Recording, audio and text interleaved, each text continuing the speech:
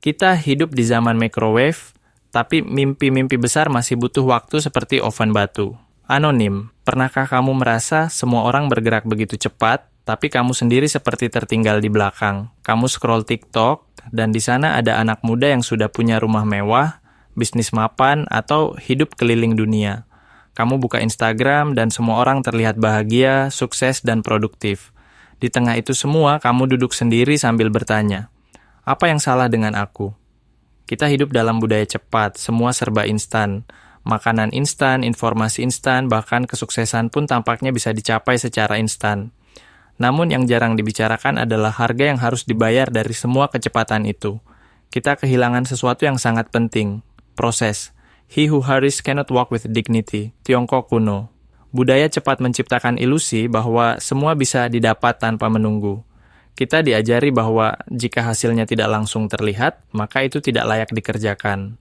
Kita menjadi generasi yang takut lambat, takut gagal, dan takut bersabar. Buku The Shallows oleh Nicholas Carr mengungkapkan bahwa internet telah mengubah cara otak kita bekerja. Kita semakin sulit untuk fokus, untuk membaca panjang atau merenung dalam.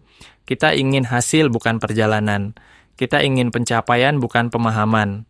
Padahal, seperti kata Viktor Frankl dalam Man's Search for Meaning, kebermaknaan tidak ditemukan dalam hasil, tapi dalam perjuangan.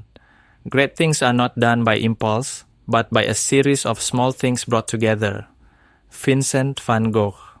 Ketika semuanya serba cepat, kita juga jadi cepat frustrasi. Kita tidak tahan menunggu, kita mudah merasa gagal.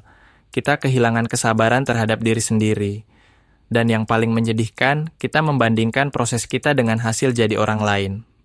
Dalam buku The Defining Decade oleh McJ, ia menyebutkan bahwa banyak anak muda menderita identity moratorium, sebuah masa di mana mereka menunda membentuk jati diri karena merasa belum cukup cepat.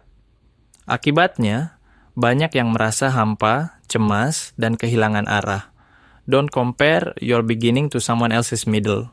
John Acuff proses adalah tempat karakter dibentuk. Di sanalah kamu jatuh, bangkit, belajar, gagal lagi, lalu tumbuh. Tapi budaya kita tidak menghargai proses. Kita lebih menyukai highlight daripada perjuangan di balik layar. Padahal, semua tokoh besar dunia adalah orang-orang yang menghargai proses. Thomas Edison gagal lebih dari 1000 kali sebelum menemukan bola lampu. Nelson Mandela dipenjara 27 tahun sebelum menjadi presiden. Proses mereka panjang, menyakitkan, tapi bermakna.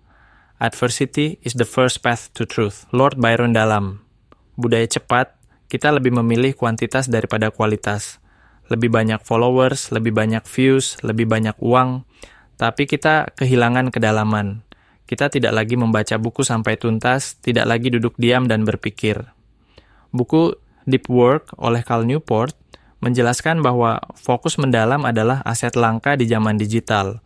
Orang yang bisa tetap mendalam di tengah dunia yang dangkal adalah mereka yang akan memimpin peradaban. Nothing good gets away. John Steinbeck. Lalu, bagaimana kita melawan budaya cepat ini? 1.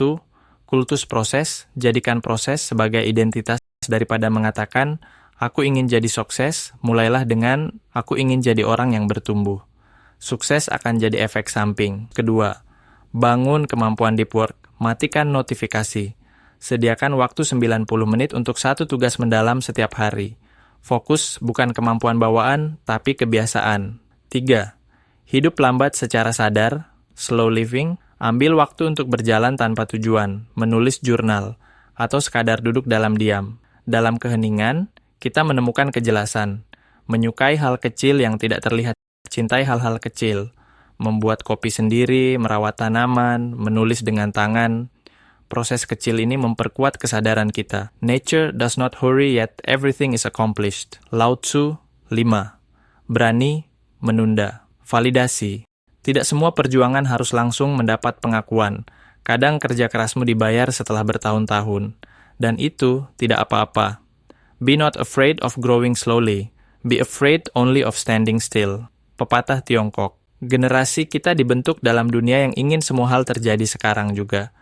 Tapi jiwa kita bukan mesin. Kita butuh waktu, kita butuh gagal, kita butuh merenung. Mungkin kamu belum jadi siapa-siapa.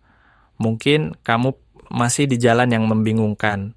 Tapi itu tidak berarti kamu tertinggal. Mungkin justru kamu sedang menjalani satu hal yang paling langka di zaman sekarang, proses yang sesungguhnya. It does not matter how slowly you go, as long as you do not stop. Confucius. Dan ketika orang lain tiba dengan cepat tapi kosong, kamu akan tiba lambat tapi utuh.